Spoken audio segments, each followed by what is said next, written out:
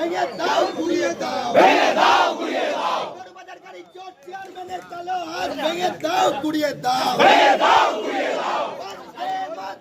বন্দে মাতরম নবদ্বীপের রাতের অন্ধকারে বালি চুরি হচ্ছে কার স্বার্থে অবদার্থ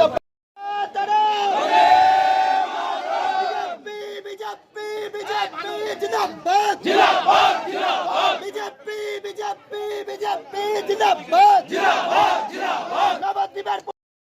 নবদ্বীপের পূর্ণভূমিতে গরু পাচার হচ্ছে কার স্বার্থে পুলিশ প্রশাসন জবাব দাও জবাব তোমায় দিতেই হবে জবাব তোমায় দিতেই হবে পূর্ণভূমিতে গরু পাচার মানছি না মানবো না গরু পাচার হচ্ছে কার স্বার্থে অবদার্থ চেয়ারম্যান জবাব দাও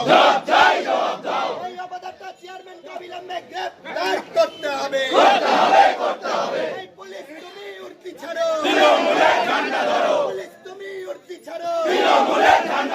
মমতা পুলিশ হায় হায় মমতা পুলিশ হায়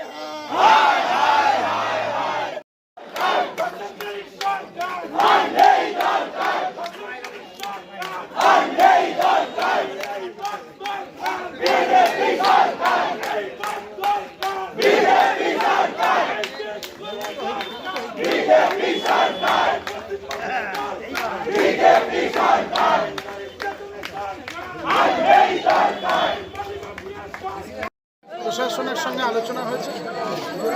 নবদ্বীপ থানার আইসি সাহেবকে যে গরু পাচারকারীরা নবদ্বীপকে একটা ভালো করিডোর বানিয়েছে, কারণ এখানে তৃণমূল কংগ্রেসের নেতারা অনেক আগেই অনুব্রত মণ্ডলেরই তো দল, আর তারা এই করিডোরটাকে ব্যবহার করছিল। সেই গরুগুলোকে এই মুহূর্তে একটি মন্দিরে রাখা আছে, নবদ্বীপের জল মন্দিরের ওখানে, এবং সেই কারণে যাতে সেই গরুগুলি প্রকৃত তদন্ত হয় এবং যারা প্রকৃত দোষী তাদেরকে যাতে অ্যারেস্ট করা হয়, আর সেই বিষয়ে আইসি সাহেব কথা দিয়েছেন, বলেছেন প্রয়োজনে আমি বিহারেও পাঠাবো, পূর্ণ তদন্ত হবে এবং তদন্তের সঠিক পদ্ধতির মধ্য দিয়ে গরুগুলোকে ছাড়া হবে। যে গরুগুলো পাওয়া গেছে শোনা গেছে সেই গরুগুলোর মালিক এসেছেন এবং কোর্টে তারা কিছু নথিও জমা দিয়েছে, তাহলে আবার আজকের এই ডেপুটেশন না, সেটাকে আরও অথেন্টিক করার জন্য প্রশাসন অলরেডি আরও এক ধাপ এগিয়ে, যে আদেও সেটার কতটা সত্যতা আছে, বিহারে আরও কারা মালিক, এতগুলো গরুর কে কে মালিক আছে, এখানে কারা কিনছে, তার সমস্ত তদন্ত প্রশাসন করার কথা দিয়েছে আমাদের চাপে। সেই সঙ্গে গঙ্গার যে বালি,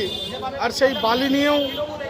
দীর্ঘদিন ধরে চলছে। আমরা প্রশাসনকে জানিয়েছি নবদ্বীপে প্রতিদিন যানজট হচ্ছে, নবদ্বীপে একদিকে প্রমোটিং চলছে, শহরের ভিতরে যেখানে সেখানে আনলোড হচ্ছে, সকালবেলায় বাড়ি ঘর ভাঙচুর করে সেখানে ফ্ল্যাট তোলার উদ্দেশ্যে আনলোডিং হচ্ছে। আমরা প্রশাসনের কাছে দাবি রেখেছি, বিশেষ করে পরীক্ষা চলাকালীন, স্কুল চলাকালীন এই সময়টাকে প্রশাসনকে বন্ধ করতে হবে, এবং আমাদের দাবি শুনে প্রশাসন কিছু নবদ্বীপ থানার ভারপ্রাপ্ত আধিকারিক তিনি দায়িত্ব সহকারে বলেছেন যে আমি এই বিষয়ে যথেষ্টভাবে চেষ্টা করব, প্রয়োজনে প্রচার করব মাইকের, এবং যাতে যানজট না হয় এবং আনলোড না হয় এবং রাস্তায় যেখানে সেখানে এই অবৈধ বালি যাতে না পড়ে থাকে, তাই সেই বিষয়গুলি দেখবেন। আমার নাম নবীন চক্রবর্তী, জেলার সহসভাপতি।